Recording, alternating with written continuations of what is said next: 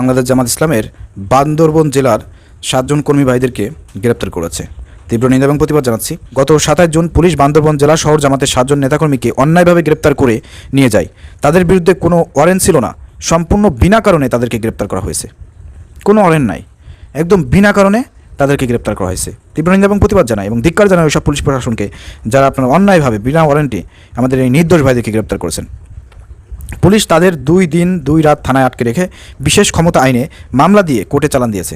চিন্তা করে দেখেন কতটা নির্যাতন, কতটা মানে এই পুলিশ প্রশাসন কতটা জালেম। চিন্তা করে দেখেন যে 2 দিন আটকায় রাখছে, অথচ থানায় কিন্তু 2 দিন 2 রাত আটকানোর কোনো নিয়ম নাই। 24 ঘন্টার মধ্যে কিন্তু আদালতে প্রেরণ করতে হবে। ওরা ওই 2 দিন 2 রাত আটকায় রেখে মোটামুটিভাবে মানে মামলা সাজাইছে যে কীভাবে কী মামলা টামলা দেবে। বুঝবা, মরার পরে বুঝবা মনি। মিথ্যা হামলা মামলা দিয়ে আর জ্বালা যন্ত্রণা কাকে বলে, কত প্রকার কী কী যেসব পুলিশ প্রশাসন এর সাথে জড়িত ছিলেন, আপনার হারে হারে টের পাবেন। এহকালেও টের পাবেন, পরকালেও টের পাবেন।